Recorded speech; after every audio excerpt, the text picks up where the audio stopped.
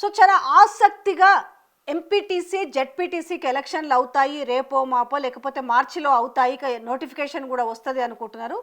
కాకపోతే ఇక్కడ ఒక డౌట్ కూడా ఉంది. ఏంటంటే అసలు ఈ జెడ్పీటీసీ ఎంపీటీసీ ఎన్నికల వ్యవస్థను రద్దు చేసే అవకాశం ఉందన్న వార్తలు వినబడుతున్నాయి. ఆ అవకాశం ఉంది కాబట్టే ఆల్రెడీ ఆ లీకులు కూడా వదిలినారనిపిస్తుంది.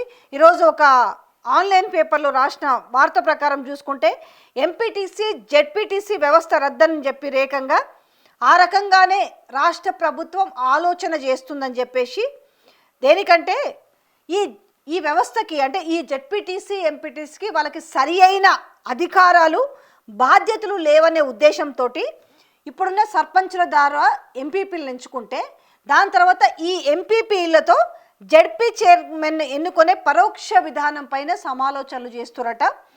దీనికి గాను దీనిపైన అధ్యయనం చేయాలని పంచాయతీరాజ్ శాఖకు ఆల్రెడీ ఆదేశం ఇచ్చినట్టుగా కూడా తెలుస్తుంది. దీని గురించి డెప్త్గా ఈ నెల క్యాబినెట్లో మళ్ళీ చర్చించే అవకాశం కూడా ఉంది. అయితే దీన్ని ఇంత ఈజీగా అవుతుందా, మరి దీనికి రాజ్యాంగ సవరణలు కూడా ఉంటాయనేసి నిపుణులు కూడా మరి హెచ్చరిస్తున్నట్టు తెలుస్తుంది. ఇప్పుడున్న పరిస్థితుల్లో అసాధ్యం అంటున్న పరిశీలకులు ఇప్పటికే టీడీపీ బీఆర్ఎస్ హయాంలోనే ప్రయత్నాలట జరిగినాయట, మార్పులకు చొరవ చూపిన విఫలమైందనేసి ఈ కథనాలు వచ్చిన విషయం చూస్తున్నాం. మరి ఇదే గనక ఉంటే ఏ రకంగా ఉండిపోతుంది? ఇప్పుడు ఈ జెడ్పీటీసీ ఎంపీటీసీ ఎలక్షన్ల గురించి చాలామంది ఆల్రెడీ ప్రయత్నాలు చేసుకుంటున్నారు. వీళ్ళు కూడా మేము మున్సిపాలిటీలో ఎన్ని సీట్లు గెలవగలమో అంతకంటే ఎక్కువ సీట్లు గెలవగలుగుతాము అని చెప్తున్నమాట. దీనికోసమే దీనికి లింక్ ఏముంది? ఇప్పుడు రైతు భరోసా ఉంది.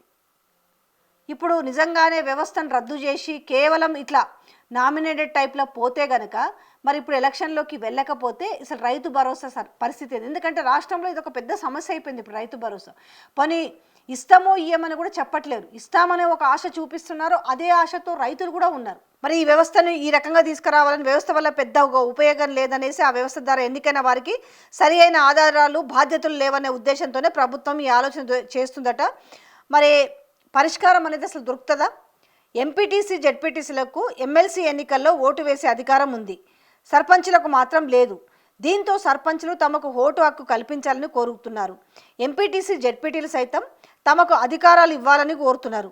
మండలాలు గ్రామ పంచాయతీ కార్యాలయాల్లో తమకు ప్రత్యేకంగా సీట్లు కేటాయించాలంటూ కొన్నేళ్లుగా డిమాండ్ చేస్తున్నారు. వీటన్నిటికీ పరిష్కారం ఈ వ్యవస్థను ఎత్తివేయడం ద్వారా దొరుకుతుందనే అంచనాకు ప్రభుత్వం వచ్చినట్టుగా సమాచారం. అదే సమయంలో రాజకీయంగా వేలాది మందికి ఈ వ్యవస్థ గుర్తింపును పదవులను కల్పిస్తుంది. దాన్ని రద్దు చేస్తే పార్టీల్లో రాజకీయ నిరుద్యోగం పెరిగే అవకాశాలు కూడా ఉన్నాయని నిపుణులు అంటున్నారు. దీనిపై కాంగ్రెస్ పార్టీలో భిన్న వాదనలు వినిపిస్తున్నాయి. ఒకవేళ ఎంపీటీసీ జెడ్పీటీసీ వ్యవస్థను రద్దు చేస్తే పార్టీ క్యాడర్లో వేలాది మందికి ఏ విధంగా పదవులు సర్దుబాటు చేయగలుగుతారు? ఇది మెయిన్ వాస్తవానికి. ఇప్పుడు ఉన్న నామినేటెడ్లు ఇన్నుంటే ఇంతమంది ఉన్నారు ఇప్పుడు వెయిటింగ్లో నామినేటెడ్. వీళ్ళు ఢిల్లీకి పోయిన ప్రతిసారి ఆ నామినేటెడ్ పోస్టుల గురించి ఎంత ఆసక్తిగా అంటే 1000 కళ్ళు కాయలు కాసేలాగా ఎదురు చూస్తున్న నేపథ్యం ఉంది. ఇట్లాంటి నేపథ్యంలో ఇప్పుడు ఈ జెడ్పీటీసీ ఎంపీటీసీ కూడా లేకపోయింది అనుకోండి, ఇక రాజకీయంగా ఎంతమంది నిరుద్యోగులకు మిగిలిపోతారు? సో ఈ చర్చ కూడా జరుగుతుంది.